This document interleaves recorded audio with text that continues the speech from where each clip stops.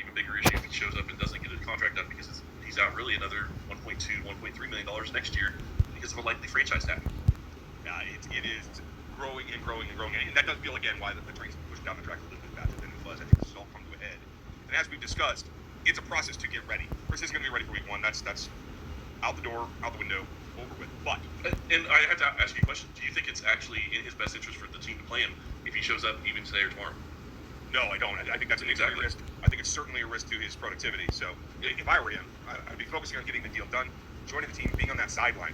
Be on the sideline for Thursday. I think you're contributing to the morale of the team. I think you're contributing towards just that edge that they need. Without Frank Clark, who's been driving the attitude of the defense for a couple of years, I do think that's a significant portion that we don't get to talk about because we're not inside the locker room every day. But we do need to focus on going into this ballgame. No, we absolutely do. And the other thing that really came out when they talked to the media, when Injury talked to the media and Patrick Mahomes talked to the media, they've moved on to this point to where they're not going to talk about it. They're not going to address it. They're going to say the phrase of, we're going to play with the guys that are here, and that's their stance right now. And to me, when you start looking at how Mahomes' words have changed over the past couple of weeks, Travis Kelce coming out and saying what he did on his podcast about Jones not being there, and Karlaftis talked to the media too. I think the team is getting to a point now where they're starting to lose a little bit of care for talking about the situation, and definitely care for where Chris is in his contract negotiations. I understand it's a business, and I'm sure that they see that as well. But right now, he's causing them trouble to possibly be back in the Super Bowl this year. That's the reality. That's the position that they're in. And luckily, Andy doesn't want to talk about guys unless they're here. Well, the guys are here, and we get to talk about them coming up after we get to the point that it is right now somebody that you want to support because they help us be here for you 5 days a week, if not more, here on Locked On, your team every day. And that is Underdog Fantasy. You want to get into this because football season starts right now with your team on Thursday. There's no better way to get into the action than Underdog Fantasy with their Pick'em game. Super simple. Week 5, their 7-day free trial. They're back in practice as of Sunday. They need to get some action. But I still have a little bit of concern for the same thing that we were just talking about with Chris is getting back in practice the week of is a good thing. We know that those guys have been in the building, have been going to rehab, they're working with But what's your concern level? What's that? Still not the same as playing. Sorry, that's all I was really trying to say. Right, and that's where I'm at. I think it's a great sign, particularly on the defensive side for L'Jarius Sneed. Where are you at on how much these guys can contribute in this week 1 game? I don't really care. And what I mean by that isn't necessarily that I don't expect them to play. I do expect them to play, but I don't really care how much they're able to play. It doesn't matter to me if Sneed isn't going to be only able to be active for maybe 50% of the snaps. That's fine to me. He's still an upgrade over what you have behind him. And let's be clear, what you have behind him, you already know what you have, and you can work with. So they have a pretty good idea of what they have behind him. If Sneed can't play the full game, that's fine.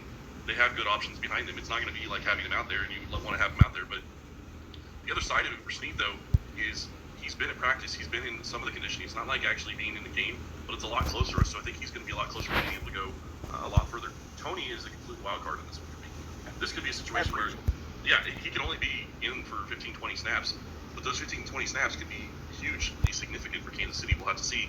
And if he can play more than that, I don't know. I'm not trying to say he's only going to play 15 to 20. I'm just saying his 15 to 20 snaps is a lot different than a situation where you're looking at 15 to 20 snaps for a guy like Sky Moore last year, because Tony is likely to be targeted on at least, I'd say, a third to half of his snaps, or at least be the first option in most of his snaps, I would imagine. So it's a little bit different situation if you can work him back into a full game plan. So I think that actually helps in that regard, and he can still be very viable for Kansas City this year. Yeah, I have to think so as well. But I don't want to see them overdo it. So I'm happy they're both back.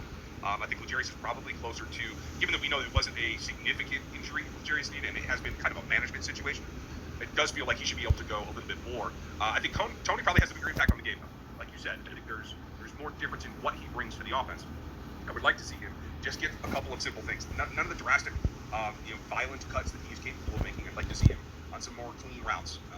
Unidirectional, make some overs, something nice and easy that he can allow him to make a contribution to the ballgame without having to put too much emphasis on his knee right now. You know what I love about this whole thing, though, with him is the simple fact that if you look at what Kadarius Toney brings to the Chiefs, he's something that they don't have anywhere else on the roster. And that seems like it's very simple to say, and it is. But the reality is that this is week 1. Detroit really has no idea what Kansas City is going to plan on doing on offense this year, and that actually helps Kansas City in this game more than it would normally help any other time, because Kansas City has all these different weapons now that they haven't had in the past. MVS, yes, he was there last year, but it sure looks like he has a better chemistry with Patrick Mahomes going into this season. Sky Moore looks like he's going to take a step forward. Richie James is a guy that gives you something different than you've ever had, and that doesn't even get us to Rashee Rice or Justin Ross.